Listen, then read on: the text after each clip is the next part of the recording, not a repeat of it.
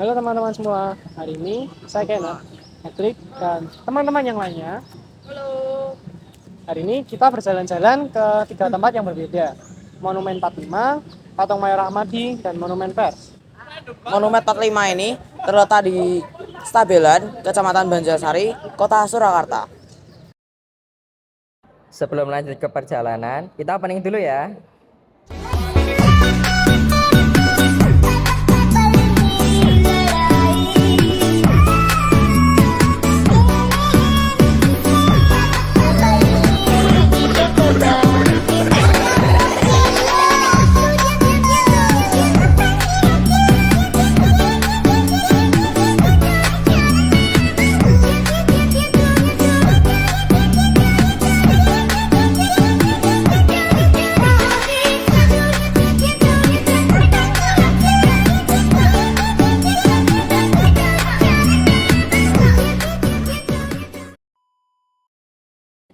Monumen 45 merupakan sebuah monumen yang dibangun untuk memperingati peristiwa bersejarah di Kota Solo, yaitu serangan umum 4 hari yang terjadi pada tanggal 7 sampai 10 Agustus tahun 1949. Monumen ini didirikan di Taman Banjarsari, di mana serangan tersebut terjadi. Penggagas serangan tersebut adalah Lekto Slamet Riyadi dan rekannya, Mayor Ahmadi, yang kemudian diangkat menjadi pahlawan nasional. Monumen 45 Banjarsari dibangun pemerintah Kota Surakarta pada tanggal 31 Oktober 1973 guna mengenang perjuangan rakyat Solo pada peristiwa tempuran melawan Belanda. Setelah 3 tahun pembangunan, Monumen 45 Banjarsari diresmikan oleh Gubernur Jawa Tengah, yaitu Suparjo Westam pada tanggal 10 November 1976, bertepatan dengan Hari Pahlawan. Banyak hal yang dapat diperoleh dari Monumen 45 Banjarsari. Sebelum melihat dari dekat Monumen 45 Banjarsari, ada gerbang yang dibangun menyerupai gerbang keraton Kasunanan. Gerbang ini ada pintu masuk Taman Banjarsari, di mana monumen ini dibangun di tengahnya. Monumen 45 dibangun patung dua pejuang, yaitu ulama pejuang dengan membawa keris dan pejuang rakyat jelata yang membawa korban beruncing. Pemandangan ini tampak dari sebelah sisi utara.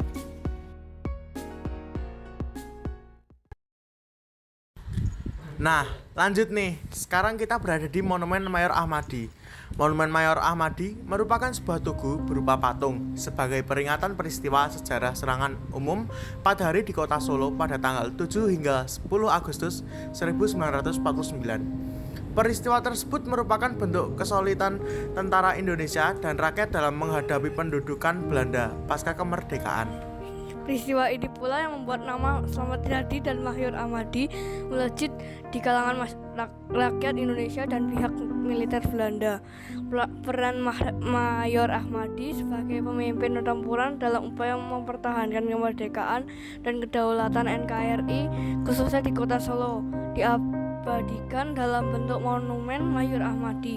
Letak di Jalan Abdurrahman Saleh, Stabelan, Kecamatan Banjarsari, Kota Surakarta.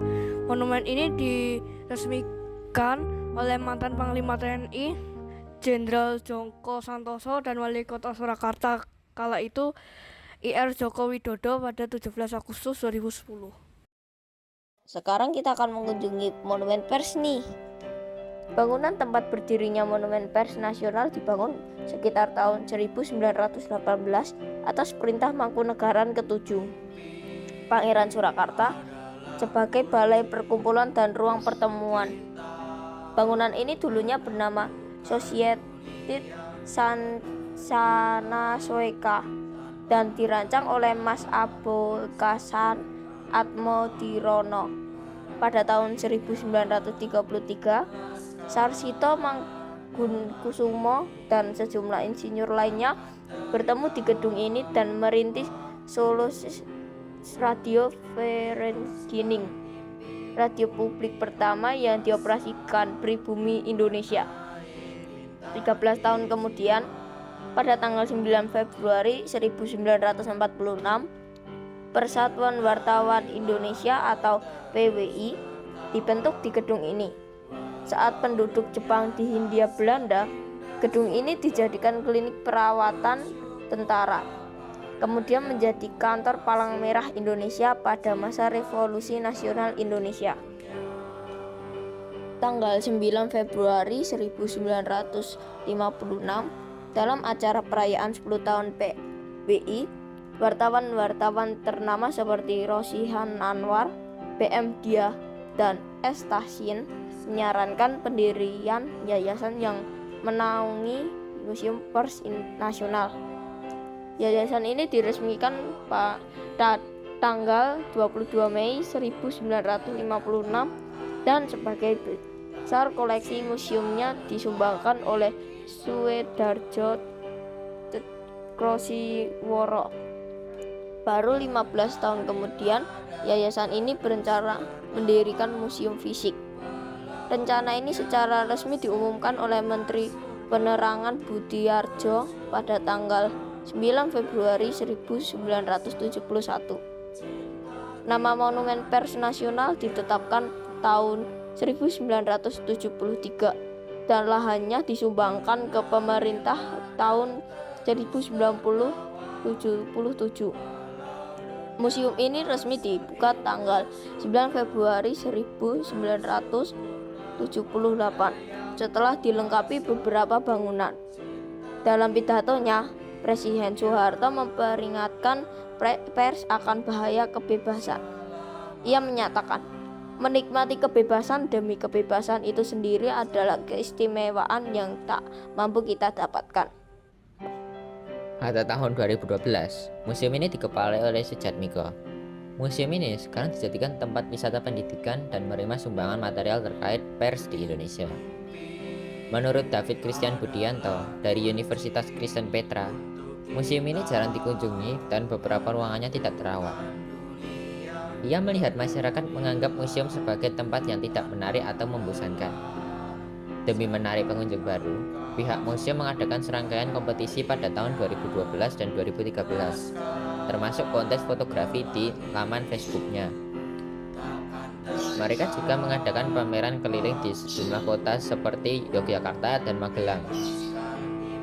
Antara Januari dan September 2013, museum ini dikunjungi 26.249 orang, meningkat dari tahun sebelumnya dikarenakan upaya promosi dari pengelola museum. Oke, setelah berjalan-jalan ke tempat-tempat tadi, kita semakin mengenal tentang sejarah perjuangan Indonesia di kota kita tercinta, Surakarta. Kita sebagai generasi muda harus mau mempelajari dan memahami sejarah dan budaya negara kita sendiri.